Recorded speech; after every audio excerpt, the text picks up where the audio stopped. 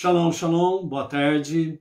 Hoje nós estamos no dia 19 de agosto do ano 2021 e pelo nosso calendário judaico nós estamos hoje no dia 11 do mês de Elul do ano 5781 a contar da criação. Estamos aí iniciando a tarde com a Torá, hoje quinto dia da semana, o nosso quinto dia do Shabat, e, portanto, nós estamos no nosso quinto dia da nossa leitura, da nossa paraxá semanal. A nossa paraxá semanal é Ki Tetse, quando saíres, está falando conosco a respeito de períodos de guerra, né? Então, daqui a pouco nós vamos ver aí o que os sábios falam mais um pouco, né? Sobre a questão das guerras, né? E qual a nossa posição, né, que nós podemos ficar diante de uma situação de guerra?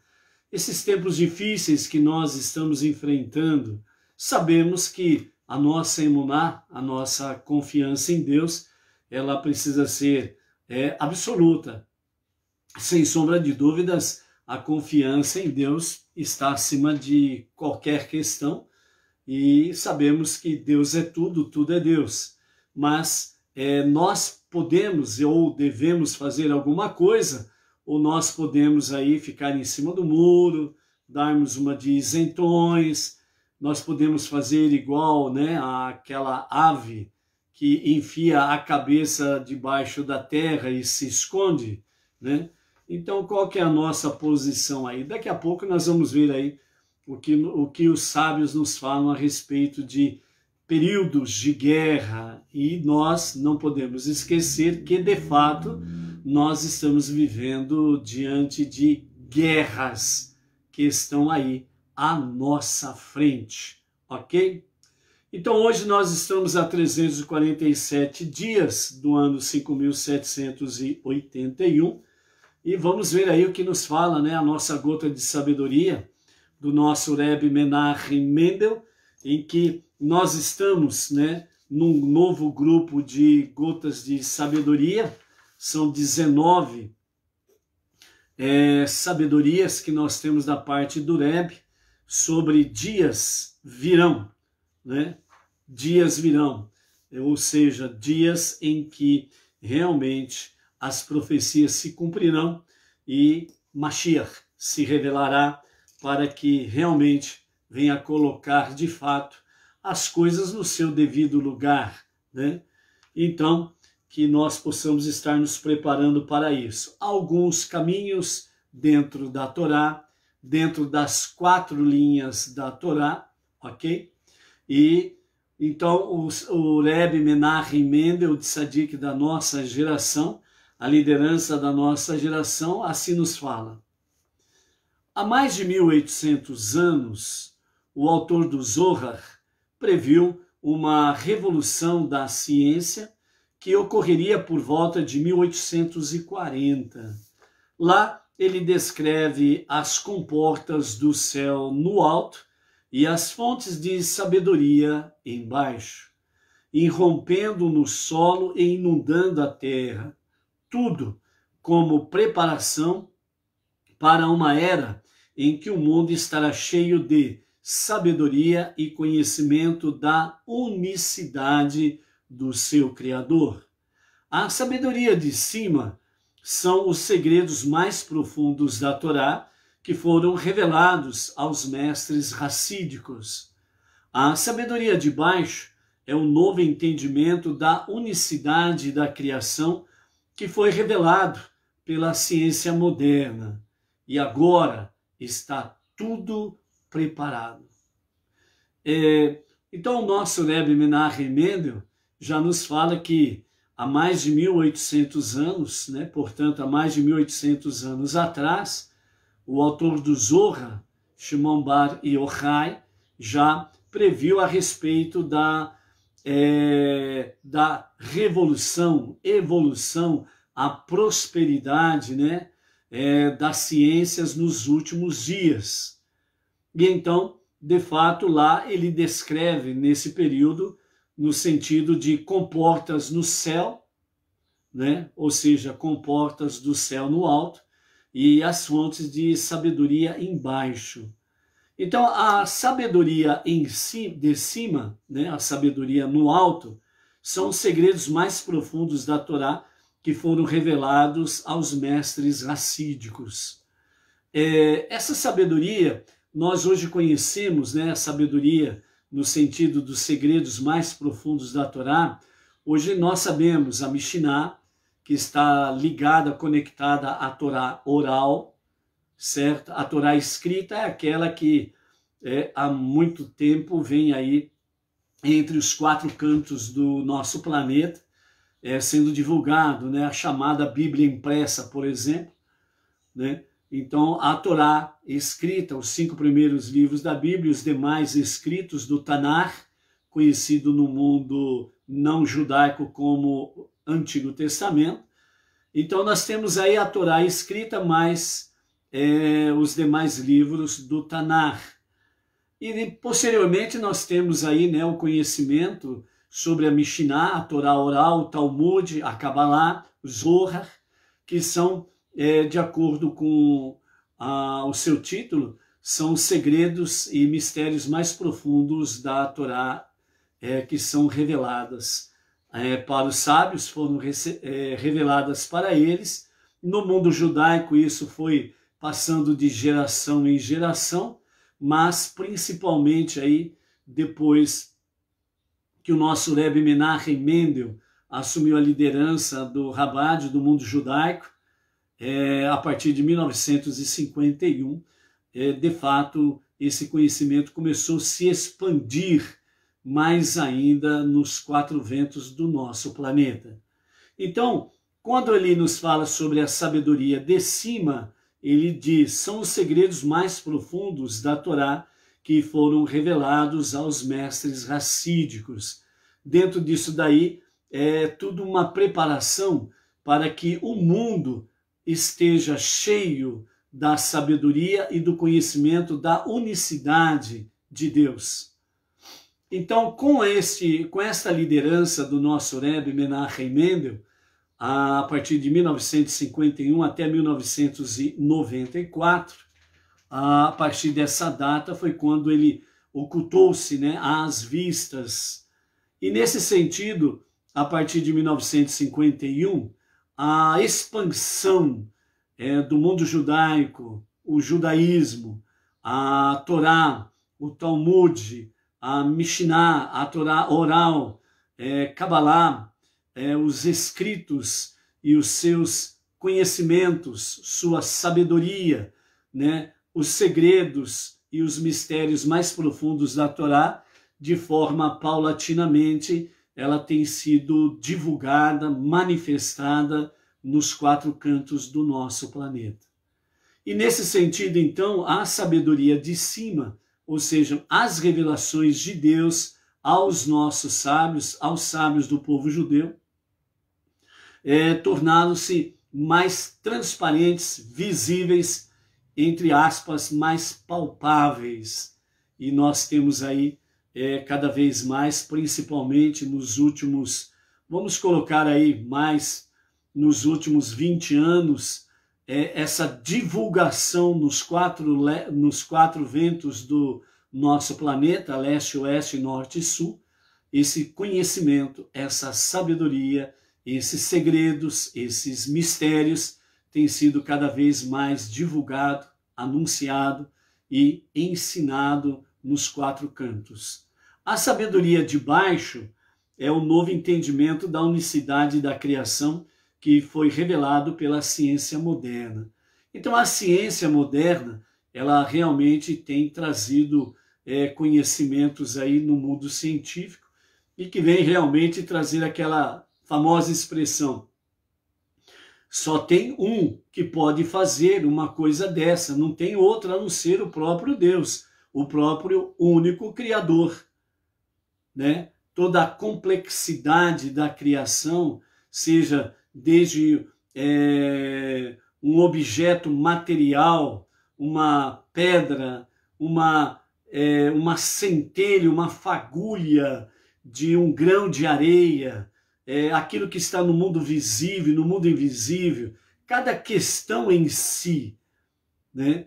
É preciso realmente ser um Deus, o único Deus a fazer algo assim, o único Criador. Então, a própria ciência está comprovando, realmente, através dos tempos, que não tem como explicar, só Deus para fazer algo assim, né? Dentro do ser humano, com tantas complexidades, aquilo que mais, e desde sempre e desde então, tem realmente colocado os cientistas, pesquisadores, cada vez mais numa, vamos dizer assim, numa espiral sem fim, é quando eles chegam a estudar a questão do cérebro humano.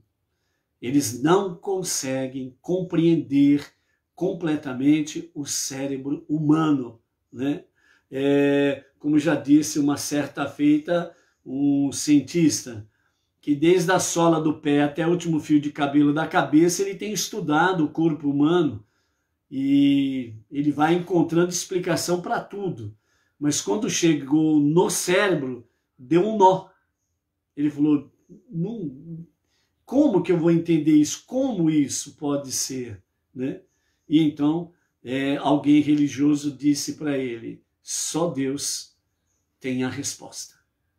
Então, nesse sentido, amados, de fato, né, alguma coisa que está ligado lá ao livro do profeta Daniel, quando Deus disse a ele, né, guarde bem estas palavras, porque elas estão reservadas para os últimos dias. Os seus segredos, os seus mistérios serão revelados para os últimos dias.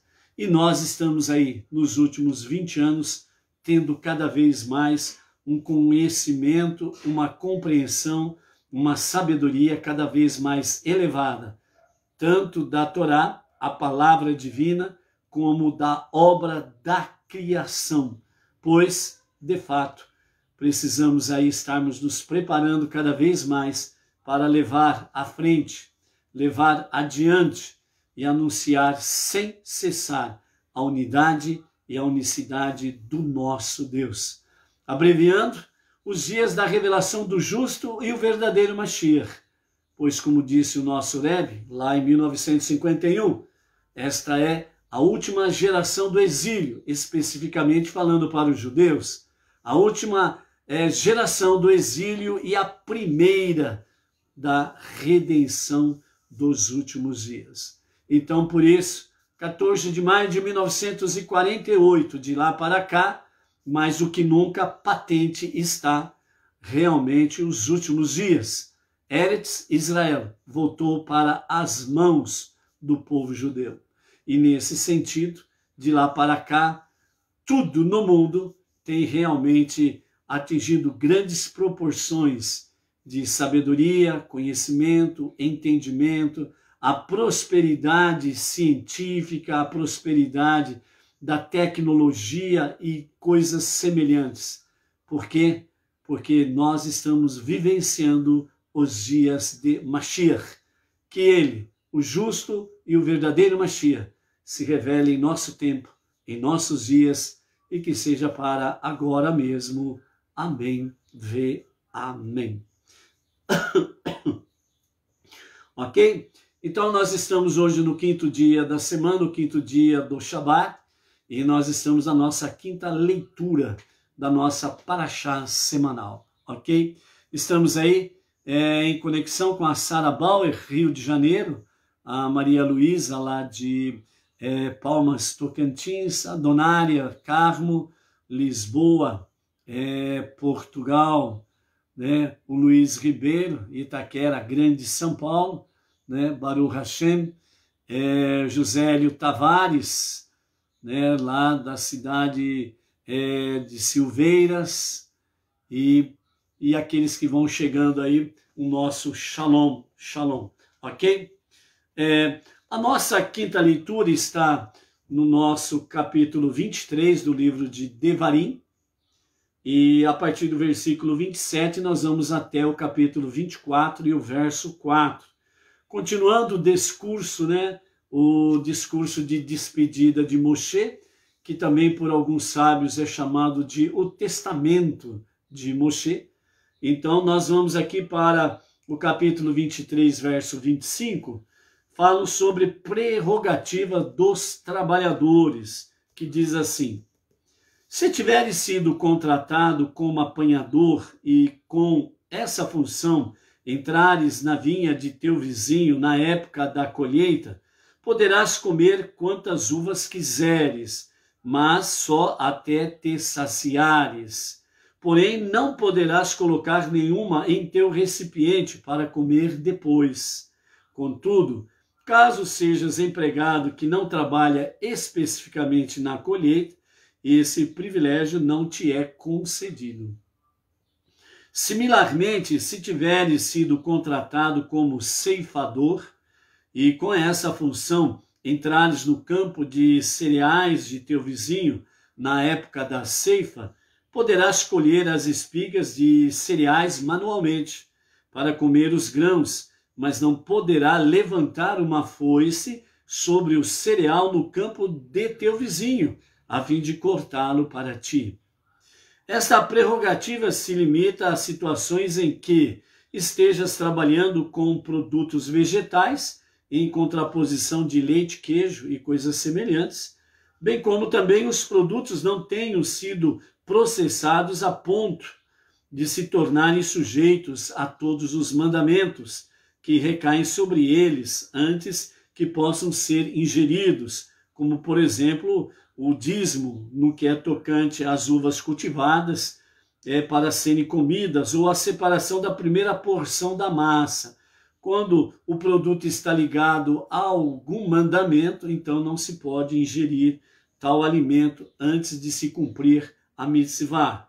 Se estiveres trabalhando com produtos vegetais que não sejam sujeitos a nenhum mandamento específico antes de serem consumidos, só poderás comer deles até que cheguem às fases semelhantes de processamento.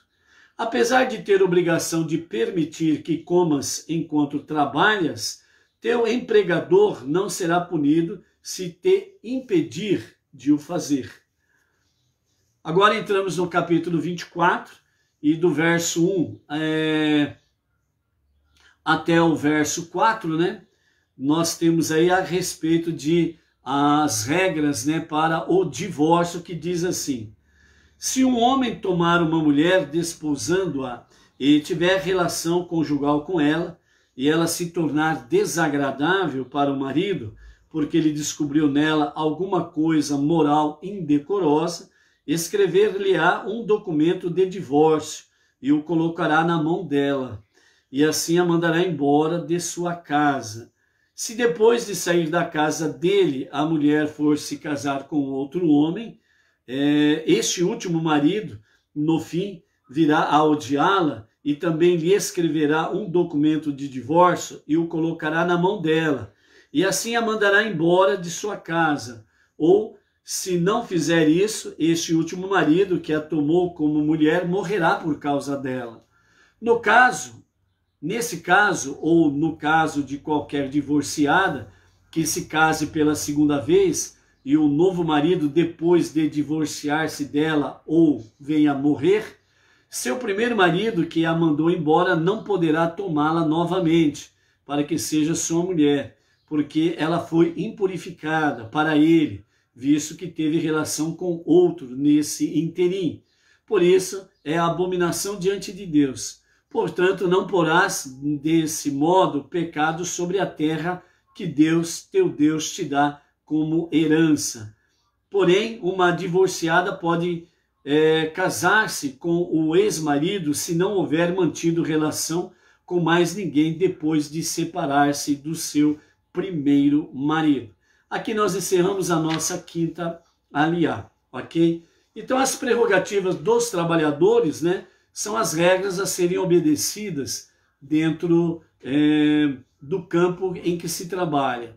E todo aquele que trabalha na questão de colheita, o empregador poderá liberá-lo para que ele possa comer dos produtos ali da terra em que ele está trabalhando, de forma que possa comer para o seu sustento, não é morrer de comer, né?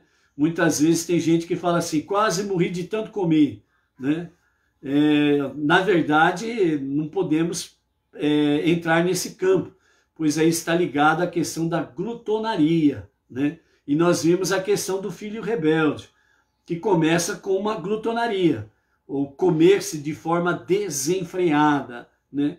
Então nós precisamos nos alimentarmos de forma a saciar a nossa fome, não comi, quase morri de tanto comer, não é isso, nesse sentido. É aquilo que é bom e agradável para o nosso organismo, né? Ficarmos empanturrados, né? Tem gente que come até ficar empanturrado.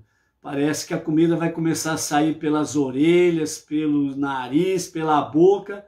Aí quando ele sente, né, que chegou no tampo, aí ele para de comer. Isso é glutonaria.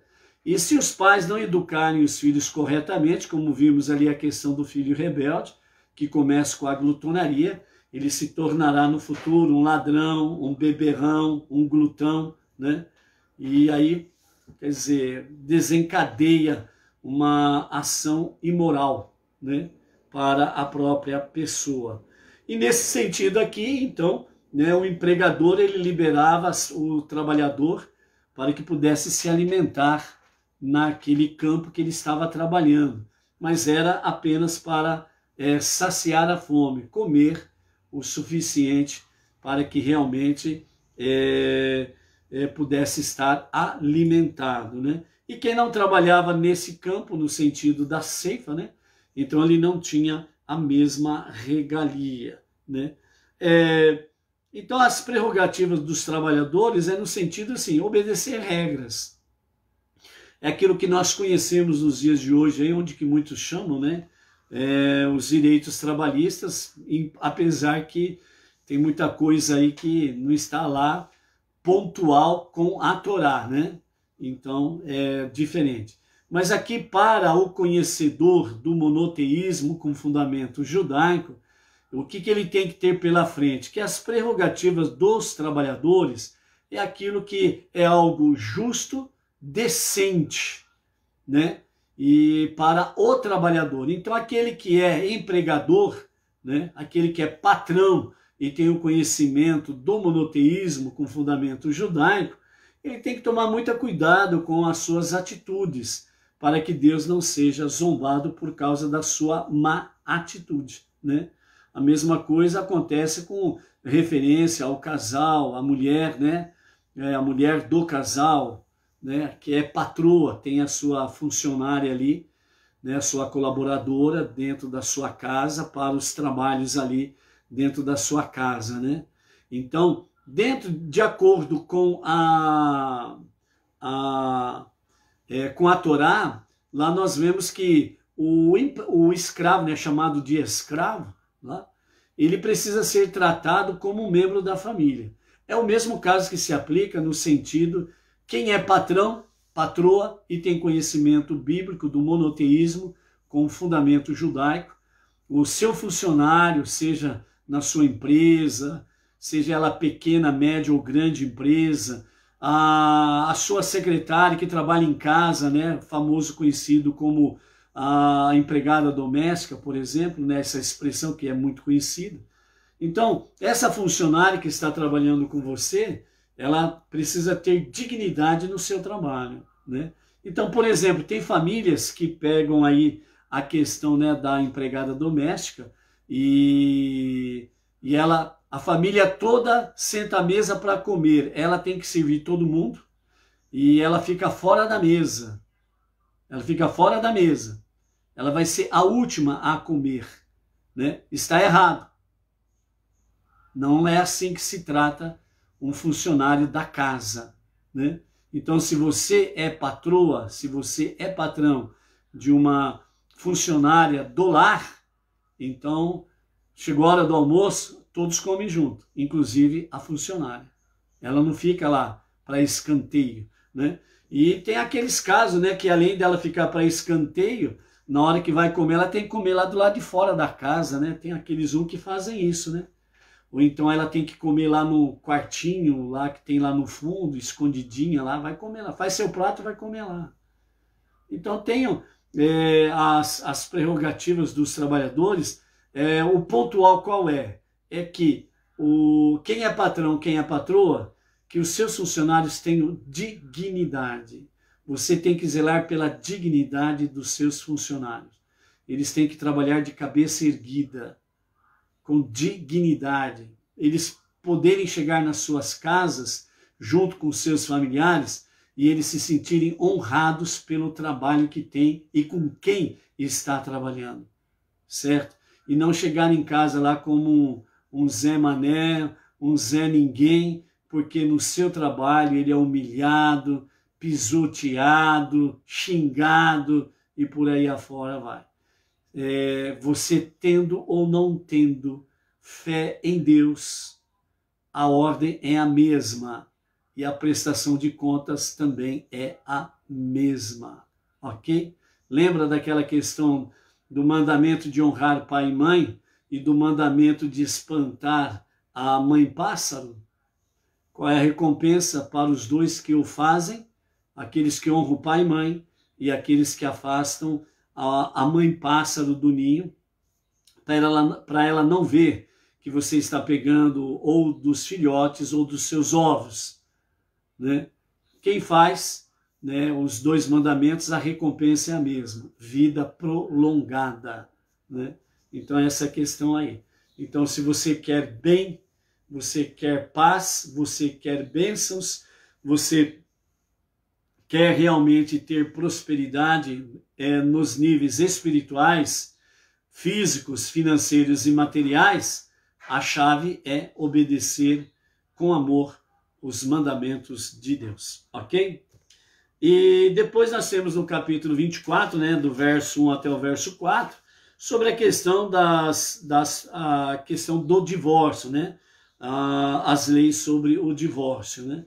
Então ele fala no sentido de que o homem e a mulher casaram, aconteceu algum imprevisto, alguma coisa lá, ele dá carta de divórcio para ela, ela vai casa com outro homem, forma uma nova família, e alguma coisa acontece e ela volta a ter o divórcio, então ela não pode voltar para o primeiro marido, né?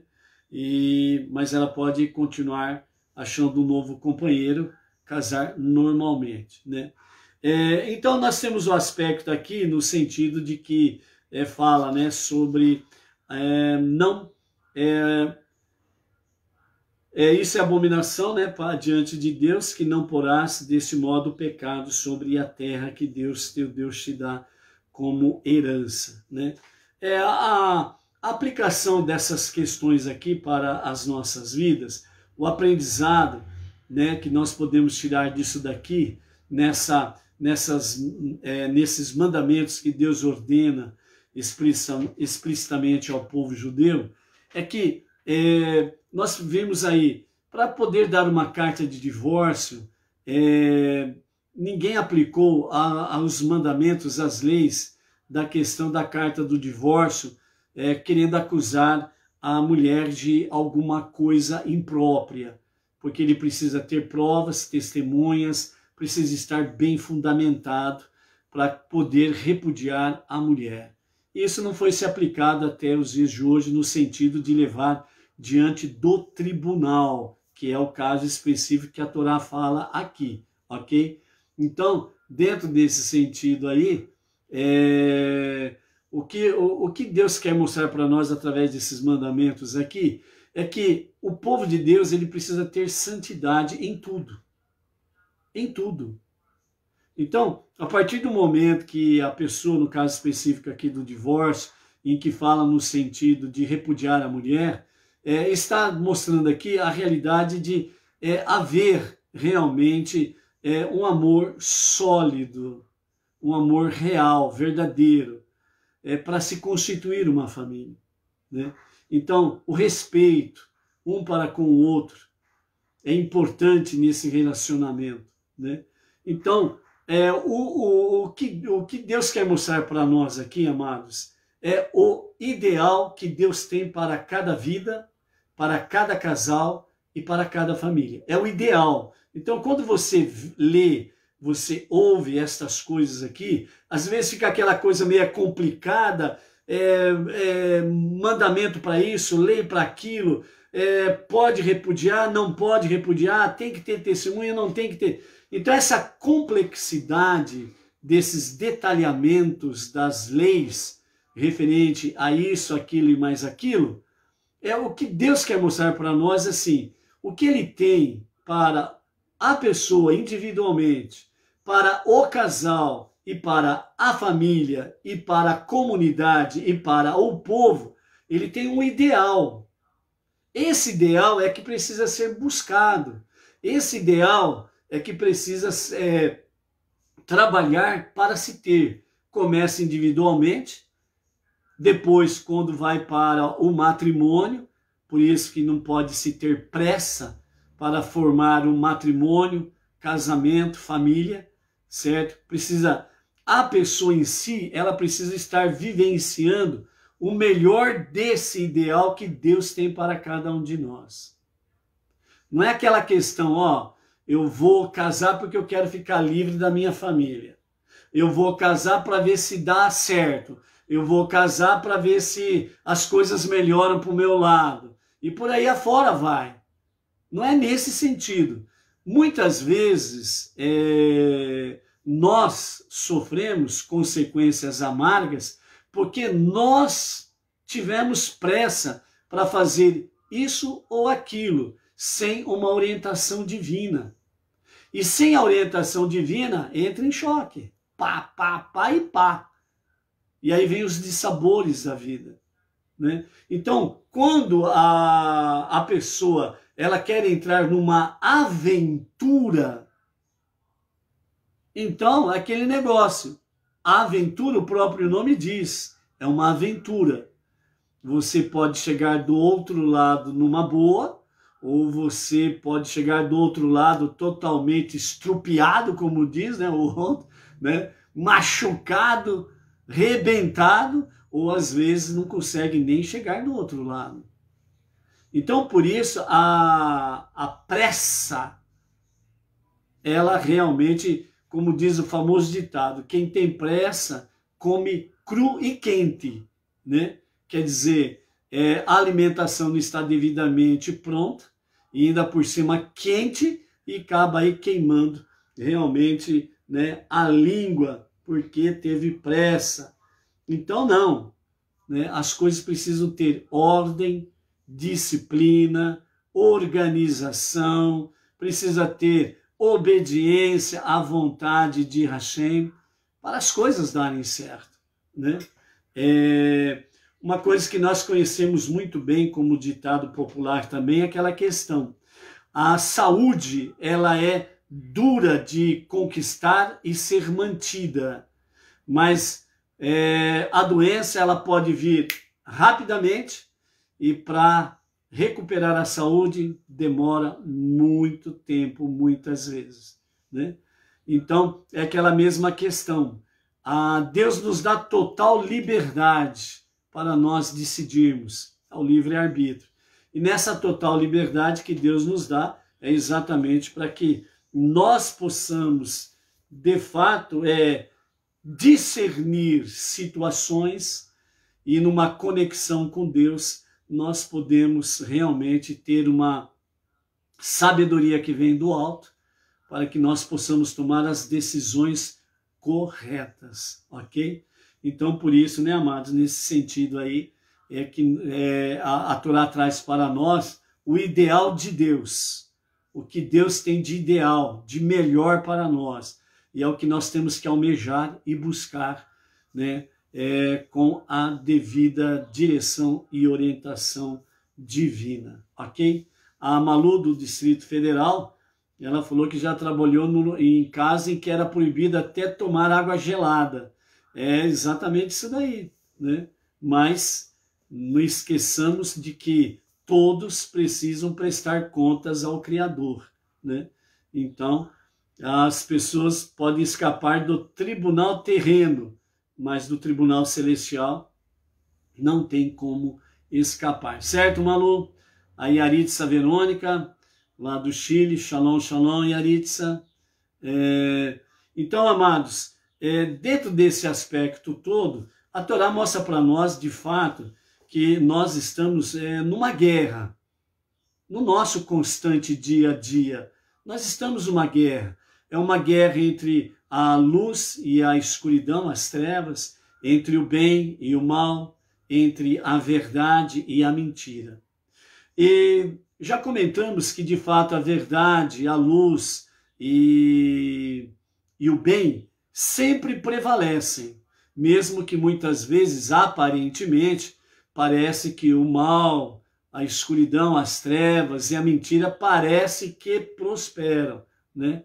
Mas na realidade não. A verdade, a luz e a verdade, a luz, puxa vida, deu branco de novo, né? O bem, né, prevalece sempre. Por quê? Porque o Eterno é a fonte de toda a verdade, ele é a fonte de toda a luz, e ele é a fonte de todo o bem, e ele é eterno. Então, por isso que são eternos, verdade, luz e o bem.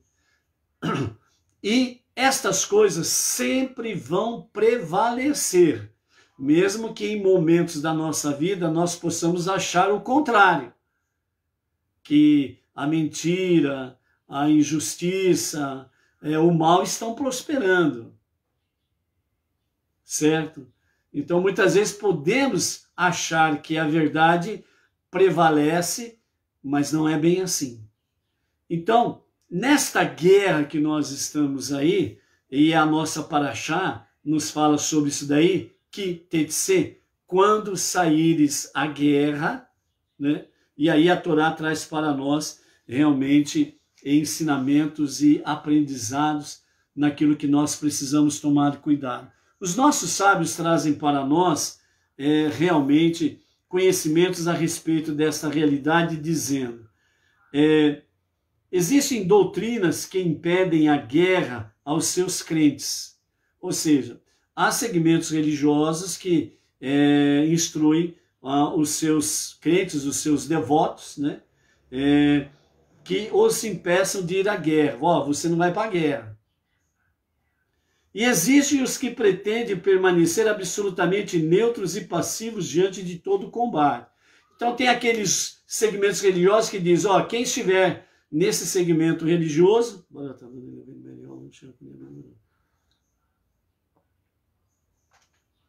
Nesse segmento religioso ninguém vai para a guerra, ponto, ok?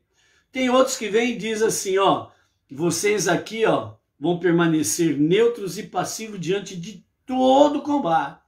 Pode estar caindo aí milhares do seu lado aí sendo mortos pela guerra. Você fica no teu cantinho quietinho. Mas na realidade, tanto um como o outro, na realidade não conseguem se esquivar da guerra. Porque de qualquer forma, eles acabam sendo vítimas da própria guerra. E às vezes acaba caindo até nas mãos dos inimigos e tornam-se prisioneiros, ou são fuzilados e por aí fora vai, né? Então, por essa razão, a Torá determina os deveres da autodefesa e da luta por nossos direitos. Então, a Torá determina essas questões. Você tenha o direito, né?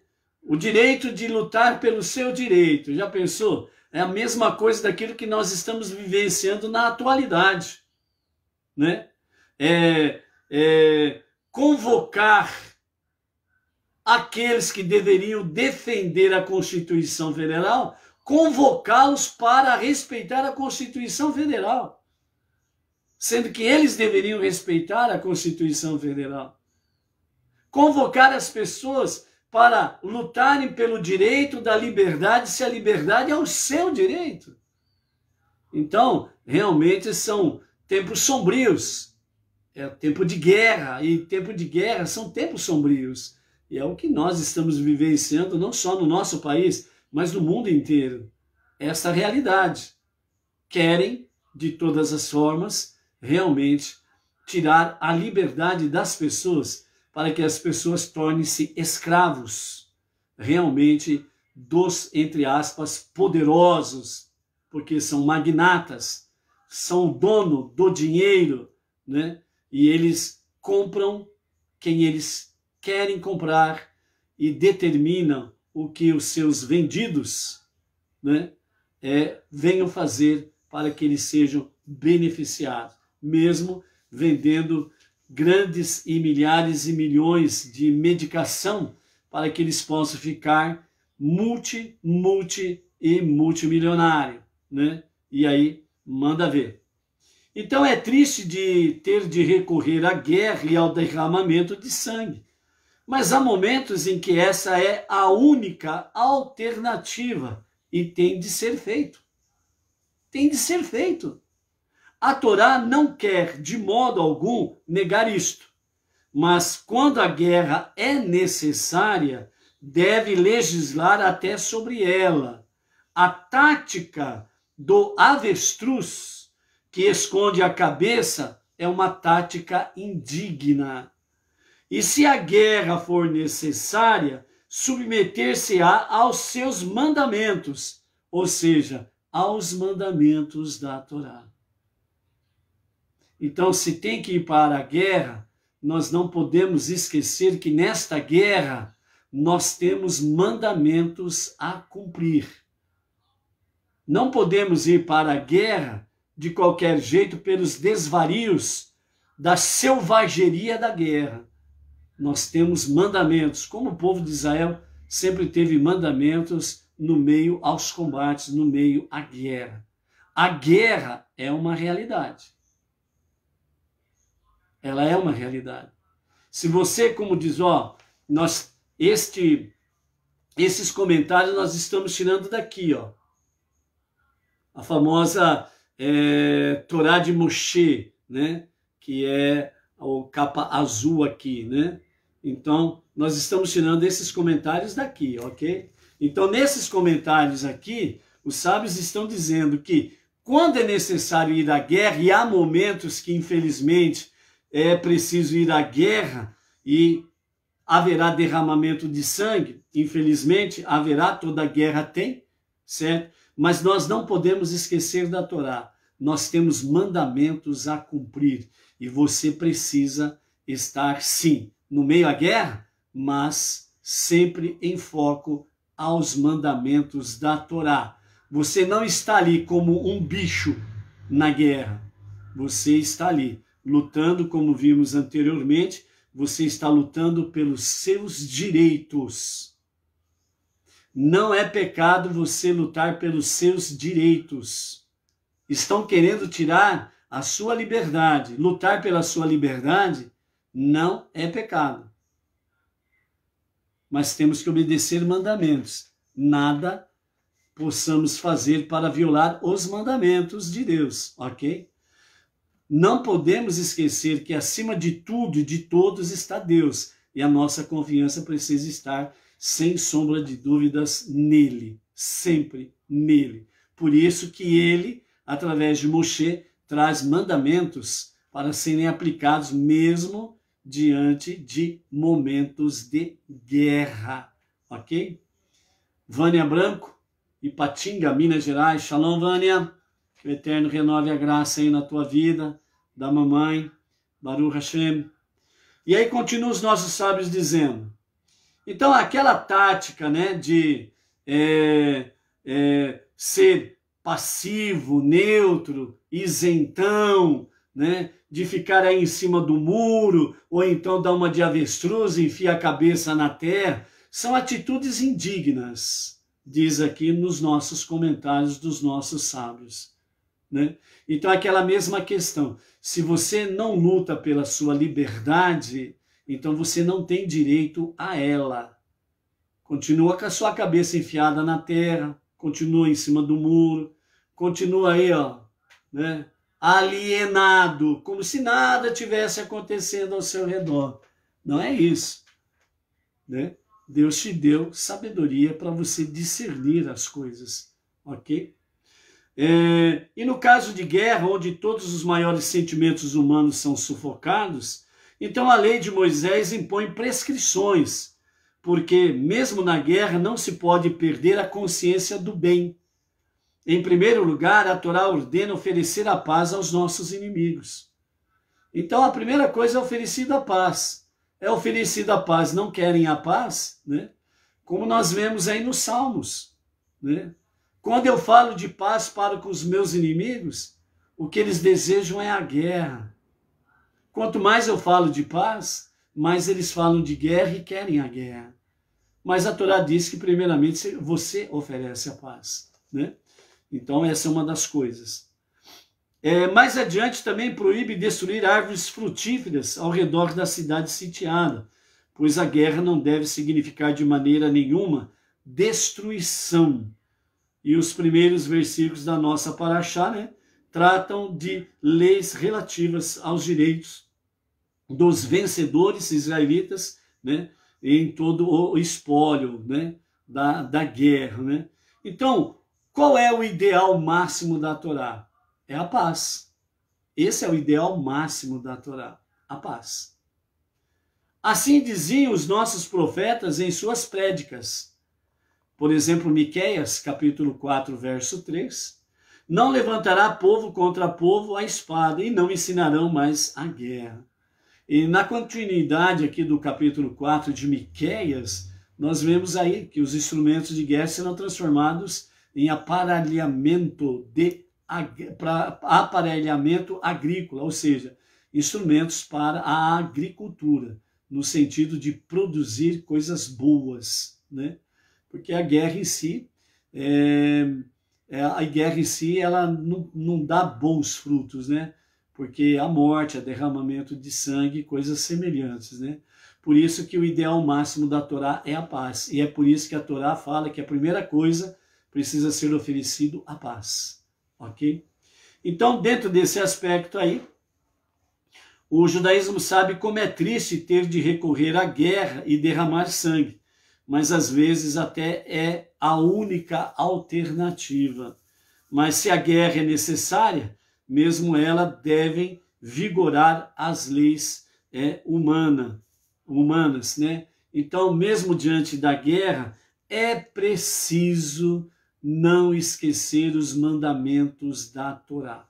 É importante nesse sentido aí, ok? Então, nesse fato aqui, a Torá, os sábios, né, através da Torá, trazem para nós três aspectos, né, ou três categorias de guerra. A primeira categoria de guerra, eles dizem assim, Milchemet Rová, Milchemet Rová, que significa guerra de dever. Isto é, aquela luta ordenada pelo Eterno para conquistar a terra dos 7 povos, que colocaram toda espécie de obstáculos à conquista da terra prometida, né? Então essa primeira categoria ela é especificamente do povo judeu para a posse da terra prometida, certo? Então essa guerra ela é específica dos judeus para tomar posse da terra prometida. Fato acontecido, ponto. A segunda categoria é Milchemet Mitzvah, ou seja, também pode ser chamado de Milchemet Magen, né? Guerra de defesa contra o inimigo que pretende conquistar pela força a nossa terra, né? Então, Milchemet Magen, né?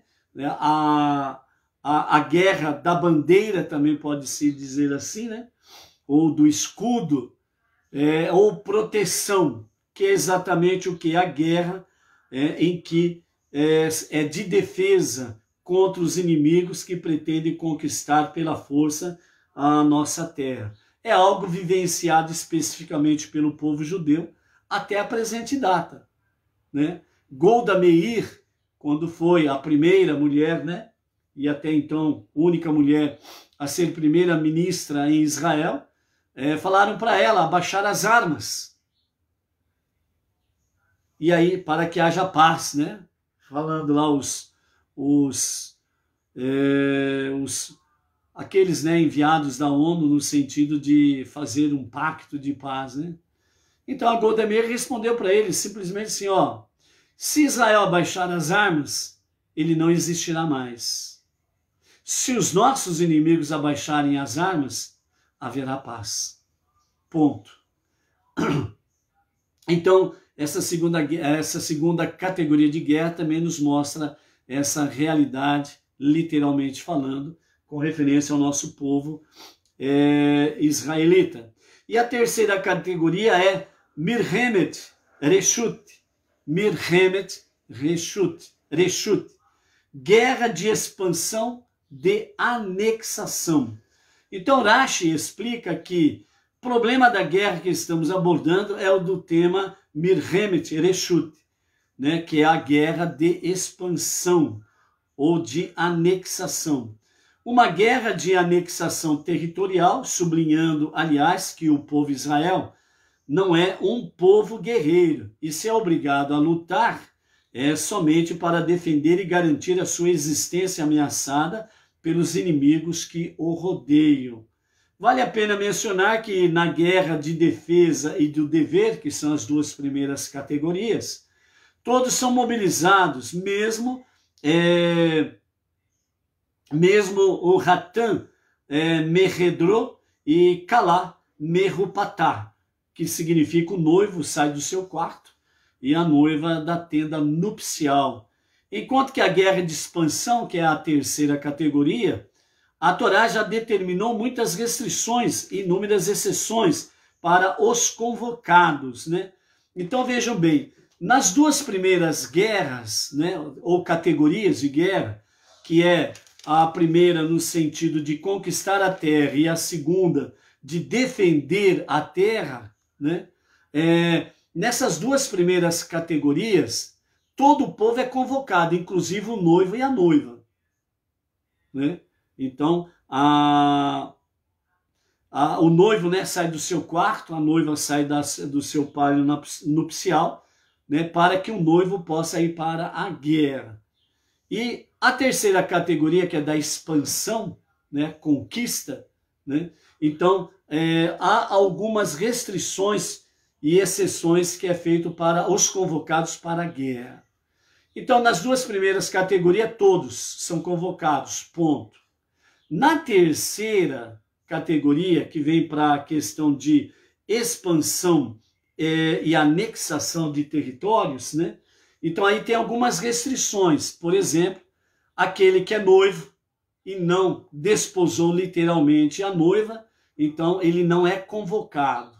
E se ele estiver no meio dos guerreiros, ele é ordenado retornar para casa, como nós vimos a semana passada. Aquele que plantou uma vinha e não desfrutou, né, do produto da vinha, ele também é ordenado a retornar para casa. Aquele que construiu uma casa nova e não teve tempo de morar naquela casa nova, também ele é chamado de volta para a sua casa. Esses exemplos, né, que a Torá traz para nós e que estão ligados diretamente a essa terceira categoria de guerra, expansão e anexação, justamente para que aquele que está ali na batalha não venha ficar focado na noiva, na vinha que plantou, na casa nova que construiu e que poderá não retornar vivo e não poderá desfrutar disto que lhe é de direito. Então, eles são chamados a retornarem para casa nesse sentido, ok? Para que eles não... estas coisas vão tirar eles do foco da guerra, o motivo da guerra, e poderão morrer facilmente ou poderão se acovardar e, nesse sentido, influenciar a moral da tropa, ok? Dentro desse aspecto, qual é o paralelo que nós trazemos para nós de ensinamento, mais especificamente nessa terceira categoria, que é expansão e anexação? Para nós, Benei Noach, nós estamos dentro dessa terceira categoria, no modo de dizer, expansão e anexação, da seguinte forma: nós estamos levando a unidade e a unicidade de Hashem. Então, nós estamos expandindo o conhecimento da unicidade e a unidade de Hashem. que Deus é um e único, indivisível e incorpóreo. Ele é o único Deus, o único Salvador e único Criador. Ele é o único soberano do universo, o único soberano em toda a existência de qualquer coisa que há por aí. Então ele é o único Deus. Então essa é a expansão que nós estamos levando no conhecimento da unicidade de Hashem. Quanto à questão da anexação, é exatamente o que? Nós, como Bnei Noach, fazendo a expansão da unidade e da unicidade de Hashem, nós estaremos conquistando, né, espaço, estaremos anexando junto a esse convívio pessoas que realmente dão ouvidos à palavra divina e venham crer no único e verdadeiro Deus, Salvador e Criador, e aí vem somar conosco nessa nossa jornada, né? E todos aqueles que estão aí devidamente aparelhados para que as pessoas percam a consciência divina e a consciência de família, travando uma guerra para que isso seja apagado das mentes humanas, né? E, portanto, significa perder a identidade, né? E procuram fazer de diversas formas, né? Usando situações, meios, ocasiões e por aí afora vai, para que isso seja de fato apagado da mentalidade humana, ou seja, consciência de Deus e consciência de família. Então, nós precisamos lutar com todas as armas legais. Nós temos que continuar lutando pelo direito de existirmos e de podermos levar avante a unidade e a unicidade de Hashem. Nós não podemos ser indiferentes com aquilo que está acontecendo ao nosso redor, o sistema que está aí, que querem calar a boca de todos. Nós não podemos fazer como o avestruz, enfiar a cabeça debaixo da terra. Significa uma atitude indigna. É de covardia. Nós estamos aí com as nossas próprias vidas, os nossos familiares, os nossos filhos, netos, estão todos envolvidos nesta guerra. E se, porventura, acontecer que os que estão na verdade, os que estão na luz, os que estão do lado do bem, se acovardarem e isso não é comigo, então o mal prosperará, a mentira prevalecerá e a escuridão vai tomar conta e todos vão sofrer as consequências. Por isso, nós não podemos ficar de boca fechada. Nós não podemos sujeitar-nos ou submeter-nos ao sistema cruel e perverso destas pessoas. Assim como Esther e Mordecai usaram legitimamente de toda os mandamentos da Torá para poder vencer Haamã, um descendente de Amaleque, e na nossa sétima aliá, mais Mafitir, nós vamos ter aqui, né, no Shabat, vamos ter a leitura aí sobre lembre-se de Amaleque. Ou seja, é uma guerra. Não é essa guerra contra fulano A, B ou C, mas é uma guerra contra Amaleque, os descendentes de Amaleque, que querem fazer com que as pessoas percam a consciência divina e a consciência de família. E é por isso que nós temos que estar na batalha, amados, né?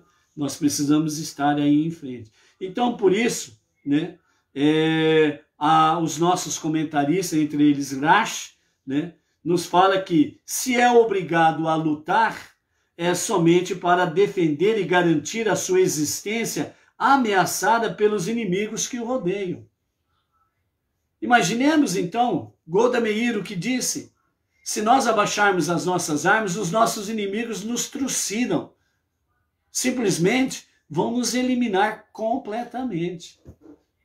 Então, se Golda Meir tivesse lá obedecido, né, o desejo da ONU e os seus asseclas de abaixarem as armas, Israel não existia mais. O povo judeu já não estaria mais aí presente. E a mesma coisa nossa, amados. Nós estamos vendo aí certos governadores, certos prefeitos, certas pessoas dentro de várias camadas da própria sociedade, agindo de forma perversa contra o direito da liberdade das pessoas.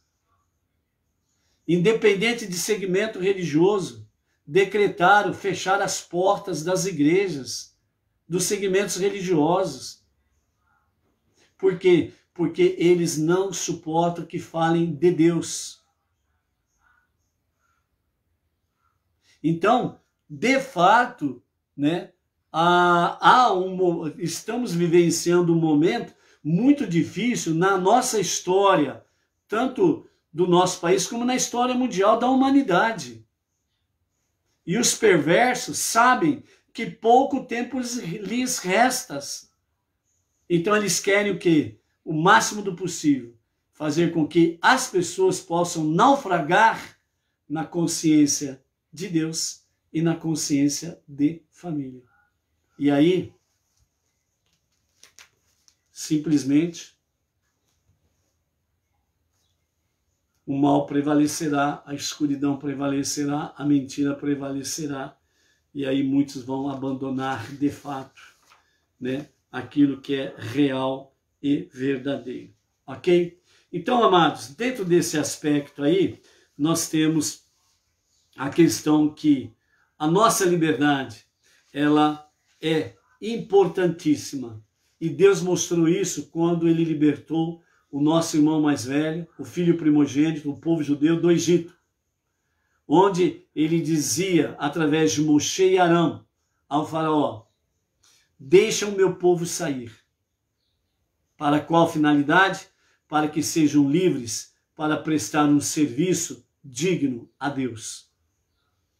Então, Deus, ele proveu para nós e para todos aqueles que confiam nele a verdadeira liberdade, não para a libertinagem, mas a verdadeira liberdade para prestar a ele um serviço do coração, um serviço de amor. Esse é o objetivo de Deus, de conceder ao ser humano, de conceder à humanidade a liberdade. E não podemos esquecer, amados, que o ser humano é a obra-prima de Deus. O ser humano é a menina dos olhos de Deus na criação, o ser humano. Então, por isso, ai de quem quer que seja que toque numa vida humana. Ai de quem quer que seja que venha trazer danos a uma vida humana, porque ele estará numa briga direta com Deus.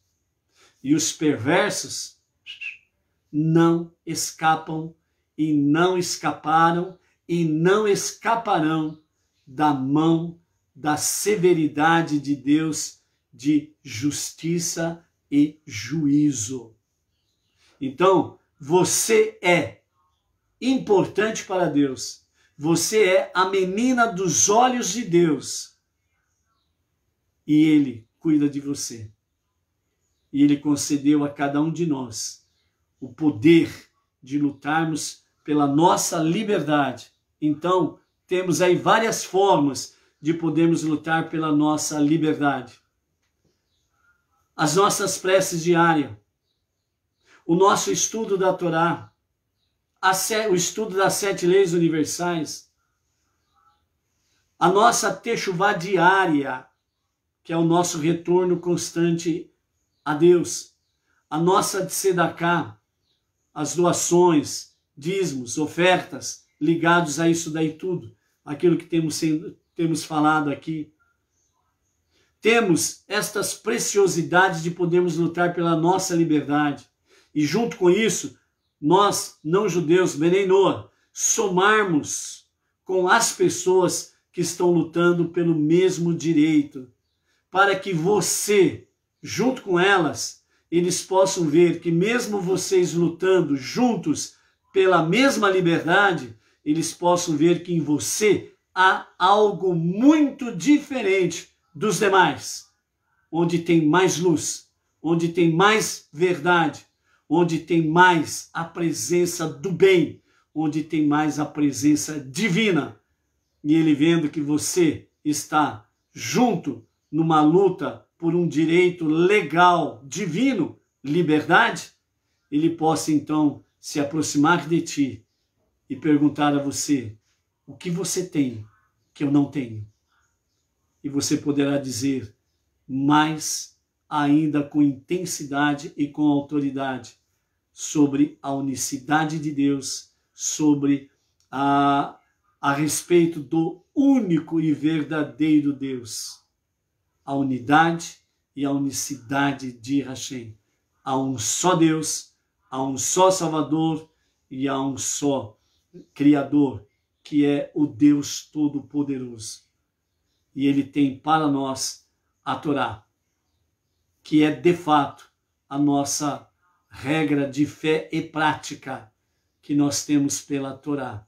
E então poderemos mostrar para eles que o nosso Deus é o Deus deles e que eles precisam apenas despertar no seu interior a centelha divina que Deus colocou dentro de cada ser humano para ser despertada, acesa e somar conosco na nossa jornada monoteísta para a revelação do justo e o verdadeiro Mashiach, que acontecerá em nossos dias e que seja para agora.